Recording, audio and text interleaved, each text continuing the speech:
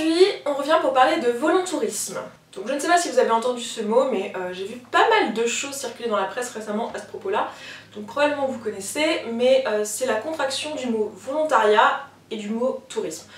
Sachant que c'est pas un mot qui est nouveau, hein, on en parle déjà depuis quelques années. Je pense que le mot tourisme, tout le monde voit à peu près ce que c'est. Donc le volontariat, dans ce cadre-là, le principe est simple, il s'agit de personnes qui ont envie de partir à l'étranger, dans un pays du tiers-monde généralement, pour apporter leur aide en étant volontaire, c'est-à-dire non payé. Ça peut être des missions assez courtes, donc quelques semaines, voire quelques mois, et aussi assez longues, potentiellement 1 an, voire 2 ans, pour venir apporter son aide sur place. Donc il existe des missions de tous les types, des missions, ça peut être des chantiers de construction, ça peut être de l'enseignement, ça peut être aussi dans le médical, voilà. Qu'est-ce qui peut pousser une personne à vouloir devenir volontaire? Il y a plusieurs raisons. Déjà, le premier truc qui nous vient, c'est le bisounoursisme, c'est-à-dire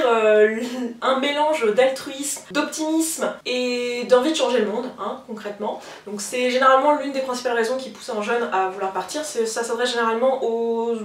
grands adolescents, jeunes adultes. La deuxième raison qui peut pousser quelqu'un à faire ce genre de mission, c'est de voyager, mais de voyager d'une façon différente, c'est-à-dire en étant en contact avec les populations, apprendre à les connaître et voir par ses propres yeux ce qui se passe réellement à l'étranger et en particulier dans ces pays-là. La troisième raison qui peut pousser à partir, c'est de gagner en expérience et en compétences professionnelles, parce que effectivement, très souvent, on ne demande aucune compétence pour partir, et dans ce genre de mission, il est possible de faire des métiers auxquels on n'aurait pas accès en Europe parce qu'on serait considéré comme trop peu qualifié pour exercer ce métier-là. Dans cette vidéo, je vais souvent dire Europe pour désigner en fait tous les pays industrialisés qui sont les pays qui envoient préférentiellement des volontaires. Et bon, c'est un abus de langage, on est tous d'accord, ils sont pas tous européens. Et enfin, la dernière qui est pas très souvent avouée par les volontaires qui partent, c'est pour l'image. L'image de soi, l'image auprès des familles, le fait que dans nos cultures c'est plutôt bien vu, c'est un peu une façon de faire ça BA, et aussi ça fait quand même une belle ligne sur le CV pour l'expérience dont on vient de parler, mais aussi parce que c'est bien vu. Alors comment on fait pour partir quand on a envie d'être volontaire? Il y a plusieurs façons de faire. La première, c'est de passer par des associations qui sont en fait des sociétés qui ont très bien compris toutes les motivations des volontaires et qui du coup en ont fait un business. Donc pour ne pas les citer, vous aurez par exemple le WEP ou Project Abroad. Ce sont des sociétés en fait qui proposent le service de mettre en contact les futurs volontaires avec des organismes sur place, qui sont soit des organismes indépendants, soit des associations qui peuvent être tout et n'importe quoi, donc des associations bien organisées, des associations complètement corrompues, voilà, ils sont pas tellement sur place, et ça ils vous le disent pas tellement parce que sur leur site, vous allez vous apercevoir, c'est assez facile à reconnaître ce type de société parce que tout est fait pour mettre en confiance le volontaire. Donc on va lui parler de on va pas tellement lui parler de sa mission, de ce qu'il va faire réellement, mais on va lui parler de tout un tas de trucs pour son confort à lui, de son départ, on va tout prendre en charge, on va faire beaucoup de papiers pour bien le rassurer parce que dans les pays industrialisés c'est ce qui se fait et on va même payer des sommes exorbitantes parce que justement c'est rassurant. Donc par somme exorbitante, j'entends entre 1000 et 3000 € pour un séjour d'1 mois à peu près, sachant qu'à ça il faut rajouter évidemment son billet d'avion. Donc ce genre de sociétés dans leur communication vont essayer de se faire passer pour des associations,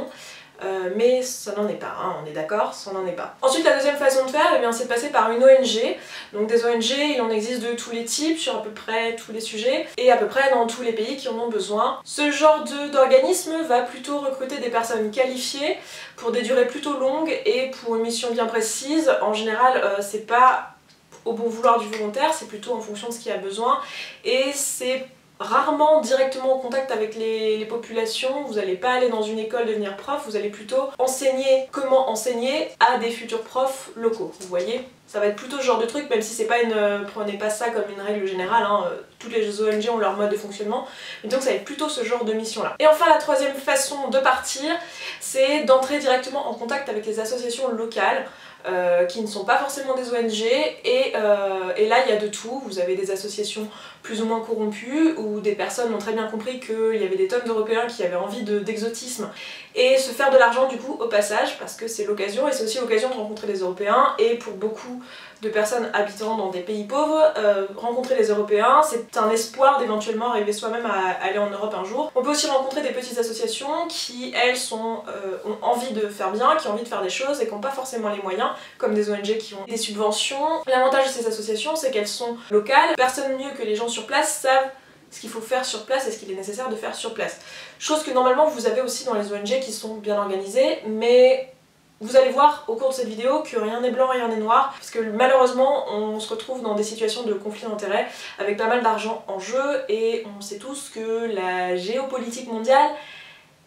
n'est pas simple. Donc les problèmes qui sont souvent décriés avec ce type de mission, c'est le caractère colonialiste des blancs qui vont dans ces pays-là, donc les pays d'Asie essentiellement, les pays d'Afrique noire pour l'essentiel, hein, je sais qu'il n'y a pas que ça. Et par caractère colonialisme, j'entends en fait des personnes qui sont peut-être bien intentionnées mais mal informées des coutumes sur place et qui font plus de la transmission culturelle que de la transmission de savoir. Ce qui est pas du tout agréable pour les populations locales et surtout pas du tout utile. Aussi, par le fait d'être mal informé et mal préparé, eh bien on se retrouve avec de la main d'œuvre sur place qui est en fait pas très utile et voire complètement encombrante, voire néfaste. Donc ça va dépendre des missions totalement, ça, ce genre de truc, mais par exemple être dans une école au Cambodge et passer son temps à tous les 2 mois changer de professeur, c'est pas forcément une bonne idée pour les élèves parce que d'une part ils vont pas avoir de suivi scolaire, ils vont pas avoir de consistance sur l'année, donc ils vont continuellement réapprendre les mêmes choses et en plus de ça, émotionnellement c'est pas très bien pour les enfants de changer constamment de professeur. On peut aussi se retrouver dans ce genre de situation vis-à-vis de personnes qui viennent par exemple, qui sont en première année de médecine, vont se retrouver à pratiquer certaines choses qui n'auraient pas été possibles en Europe sans un diplôme d'infirmier ou sans des qualifications plus élevées que ça. Et du coup ça peut être carrément dangereux, hein. Quand un première année de médecine qui a jamais fait ça de sa vie se retrouve à faire des points de suture dans un pays d'Afrique où il n'a pas tout ce qu'il faut en termes d'hygiène, ça peut être carrément dangereux. Et la dernière chose qui est souvent décriée, alors il y en a peut-être d'autres, hein, la liste n'est peut-être pas exhaustive, n'hésitez pas à me le dire si j'oublie des choses,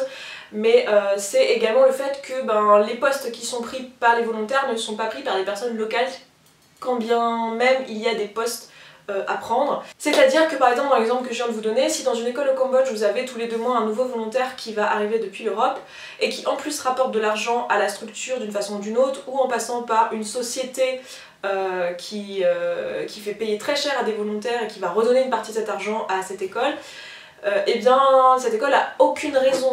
d'embaucher un professeur à l'année et préférera prendre des volontaires tous les 2 mois et tout ça est pas du tout constructif et pas du tout bien pour les enfants. Donc on prend le boulot des gens sur place et en plus on fait pas un boulot efficace. Et également dans les postes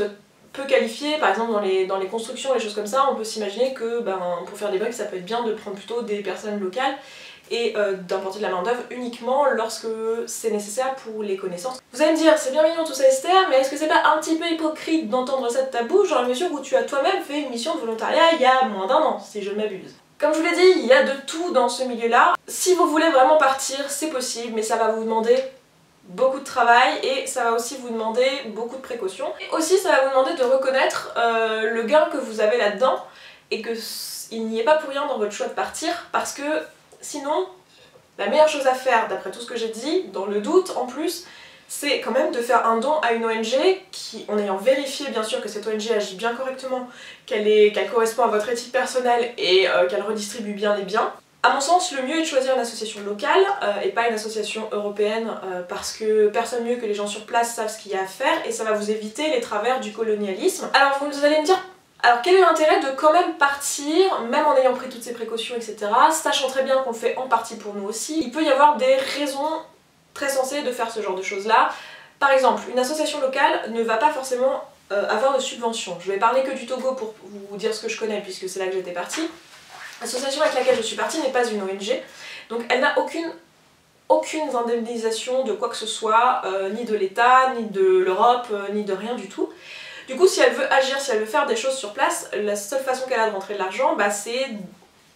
la seule en tout cas qu'elle a trouvée, c'est ou par les cotisations des membres de l'association, ou en faisant venir des Européens. Faut aussi être honnête, hein. Il y a peu d'Européens qui donneraient 300 € comme ça à une association togolaise sans jamais avoir rencontré personne, sans savoir qui c'est. Vous allez pouvoir reconnaître les associations locales qui sont bien intentionnées par les actions qu'elles proposent. Par exemple, elles vont pas vous proposer de faire des points de suture si vous êtes en première année de médecine, elles vont pas vous proposer d'enseigner dans l'année et de faire des roulements tous les mois, travailleurs locaux, elles vont plutôt vous proposer d'apporter votre aide sur des choses où aucune autre aide serait possible. Par exemple, en l'occurrence, dans le village où j'étais à Zafi, il y avait des gens qui travaillaient donc à l'école, en dehors de l'année scolaire, parce qu'il y avait un professeur toute l'année, et dans l'école on apportait du renfort l'été pour éviter aux enfants d'être ou dans la rue ou au champ à travailler, et de permettre aux enfants qui viennent de familles qui n'ont pas les moyens d'aller à l'école, de les envoyer à l'école toute l'année, de quand même avoir un peu de savoir, et leur permettre de découvrir des nouvelles choses,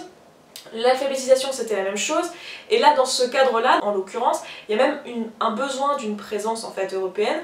parce qu'il faut voir que ces femmes se retrouvent encouragées par le fait qu'il y ait des Européennes qui aient fait toute la route juste pour venir leur apprendre à lire et à écrire et à compter, et que sans cette motivation-là, elles auraient l'impression qu'elles n'ont pas le niveau et qu'elles n'y arriveront jamais et que de toute façon personne en a à faire de leur sort. Et le fait d'être là, ça les encourage aussi, et cette mission existe depuis 2010 et est perpétuée durant l'année autant que possible lorsqu'une professeure peut être là, et les membres à la tête de l'association avec laquelle je suis partie sont formels là-dessus. L'année, il y a moins d'assiduité au cours tout simplement parce qu'il n'y a pas cette effervescence qu'il peut y avoir de par les volontaires qui sont ultra motivés et qui apportent un peu de fraîcheur dans les villages. Il faut juste avoir conscience de plein de choses, de la réelle situation géopolitique, de la réelle potentielle corruption qu'il peut y avoir sur place de la part des associations locales, sachant très bien que les ONG aussi sont corrompues. Je vais vous expliquer, elles ne sont pas corrompues de la même façon. L'argent qui va dans les ONG va forcément être utilisé pour aider les populations locales, mais malheureusement la situation politique qui fait qu'elles ont cet argent n'est pas forcément idéale, et du coup il n'est pas toujours possible pour les ONG de faire les choses les plus pertinentes parce que malheureusement, eh bien, tant l'Afrique, pour parler d'elle, et que l'Europe n'ont aucun avantage en fait à faire que la situation s'inverse, parce que l'Europe en fait consomme tous les biens de l'Afrique et du coup n'a pas particulièrement envie que l'Afrique avance. Voilà, pour être tout à fait simple, et les personnes qui sont à la tête des gouvernements africains sont bien corrompues par l'Europe. Voilà, alors je sais pas du tout si ça se fait de dire tout ça sur internet, mais c'est trop tard, c'est sorti. Et donc, est-ce que je vous encouragerais à partir? Honnêtement, oui, à condition que vous soyez adulte dans votre réflexion, que vous sachiez en avant de partir que vous n'allez pas changer le monde et que vous n'y allez pas pour ça. Je vous encouragerais à y aller si vous avez réellement l'envie de préparer votre départ et de faire les choses correctement et d'apporter quelque chose et de rendre votre séjour le plus utile possible. Pourquoi je vous dis ça? Parce que je trouve ça positif qu'il y ait de plus en plus d'Européens qui aillent dans les pays du tiers-monde directement sur place et qui se fassent eux-mêmes leur avis, parce que je pense que depuis l'Europe on a un peu l'impression que... Enfin, depuis l'Europe en fait on est juste dépendant de ce que nous racontent les médias et de ce qu'on peut voir, de ce qui nous est donné comme information. Or, moi je trouve qu'il n'y a rien de mieux que d'aller voir par ses propres yeux, de discuter avec les gens sur place, et je serais pas là à vous dire tout ce que je suis en train de vous dire si j'étais pas partie au Togo l'année dernière. Ces médias essayent de nous faire croire un petit peu que les Européens font tout ce qui est en leur pouvoir pour aider les pays du tiers-monde, alors qu'en réalité on les enfonce et que les ONG ont bien du mal à faire leur boulot correctement parce que tout est fait politiquement pour les emmerder, tout simplement parce qu'il y a des conflits d'intérêts et des problèmes d'argent, on en revient toujours à l'argent. Et donc aller voir par ses propres yeux, ça permet aussi un petit peu de voir la réalité en face et de savoir réellement ce qui se passe, et je pense que s'il y avait plus de civils, de personnes comme vous et moi qui partaient, eh bien peut-être que les choses pourraient changer un peu plus vite, et j'ai l'impression que c'est déjà en train d'être le cas. Donc pour ma part, je trouve que le volontariat est une bonne idée dans toutes ces conditions-là. Donc voilà pour cette vidéo, je vous mettrai en barre d'infos